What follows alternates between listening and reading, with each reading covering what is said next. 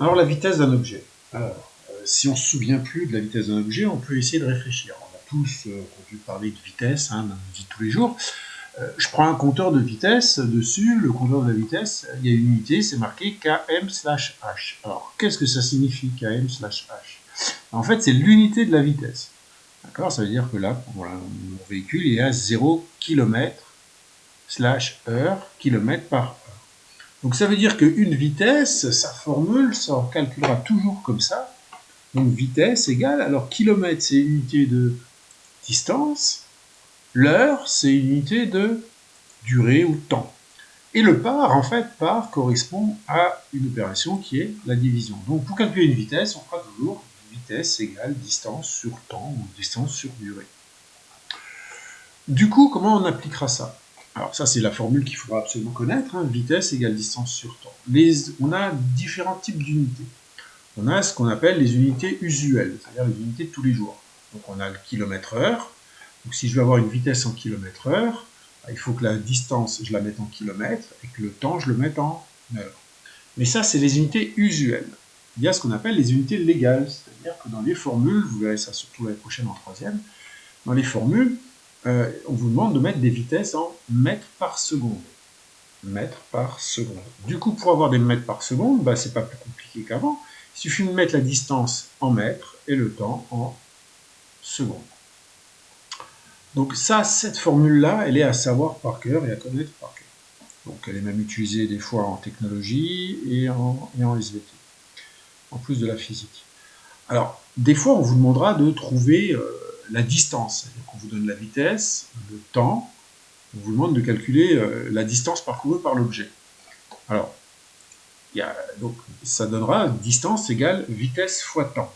Alors, vous dites comment vous avez fait pour trouver ça, monsieur? C'est facile, regardez, je vais écrire d égale, donc il faudrait que je me débarrasse du t qui est là. Comme il est divisé, je m'en débarrasse de l'autre côté, et il va se retrouver multiplié. Donc ça fait distance égale vitesse fois temps. Voilà. Pour écrire t égale, je ne peux pas utiliser cette formule, puisque vous voyez qu'en bas, le t il est au dénominateur. Donc on va utiliser plutôt celle-là. Du coup, pour écrire t égale, eh ben, ce qu'on va faire, c'est il faudrait qu'on se débarrasse du v. Comme il est multiplié, il va se retrouver de l'autre côté, mais cette fois-ci divisé. Donc ça fait t égale d sur v. Alors il faut savoir retrouver ces formules. Si vous n'y arrivez pas trop, il faudra un petit peu vous entraîner.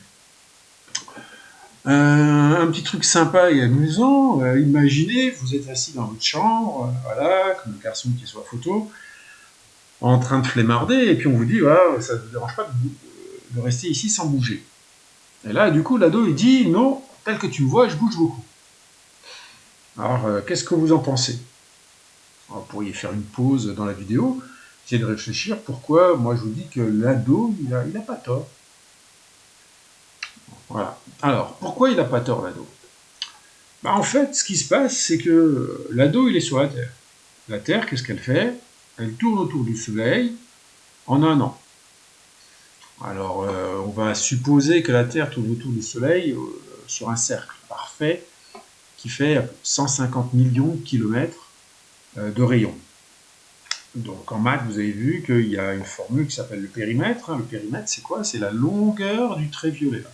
Donc le périmètre se calcule comme ça, c'est 2 fois pi fois rayon.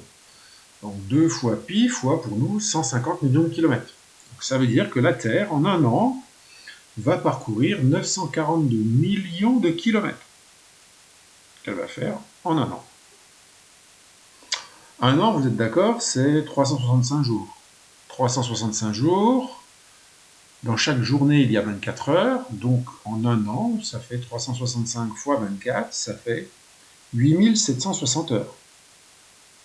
Du coup, si je veux calculer la vitesse de la Terre autour du Soleil, eh ben, ça fait les 942 500 000 divisé par 8760 heures. Et on trouve quelque chose qui tourne à peu près à 110 000 km/h. Donc l'ado, quand il est assis, et là, vous, derrière votre ordinateur, assis tranquillement en train de m'écouter, eh ben, en fait, vous êtes en train de vous déplacer à 110 000 km/h. Et oui, on bouge très vite. Voilà, petit clin d'œil. Je vous propose un petit exercice plus simple. je vous propose de le faire. Mettez la vidéo en pause et je vous donne la correction tout de suite après. Jouez le jeu, sinon ça ne sert à rien, ou pour vous, ça va vous pénaliser. Voilà pour la correction. Donc William se rend au collège en wakeboard, il part de chez lui à 7h30 et il arrive au collège à 8h en ayant parcouru 3 km. Quelle est la durée du parcours maison-collège? Indique cette durée en minutes puis en heures. Bon, bah facile, hein, il part à 8h, il arrive à 7h, il part à 7h30, il arrive à 8h, donc il a fait 1h30 de trajet. Alors 1h30 de trajet, on est d'accord, les 30 minutes c'est 0,5 heures. Donc ça veut dire qu'il a fait 1,5 heures de trajet. Ou 90 minutes. Voilà. 90 minutes, pourquoi 90 minutes? Parce que 1h 60 minutes, plus les 30, 60 plus 30, 90. Du coup, si je veux calculer sa vitesse, donc on ressort notre formule, hein, vitesse égale distance sur temps. Si je veux avoir la vitesse en km/h, eh bien, il va falloir que je mette la distance en kilomètres et le temps en heures. Du coup, ben, c'est parti. La distance en kilomètres, eh ben, ça tombe bien, c'est 3 km. Divisé par le temps en heures, alors il va falloir que j'utilise 1,5 heures. D'accord? Je ne peux pas utiliser 1h30. Et 3 divisé par 1,5, ça fait 2 km/h. Donc, William, pour aller au collège, donc il avait une vitesse de 2 km/h. Voilà.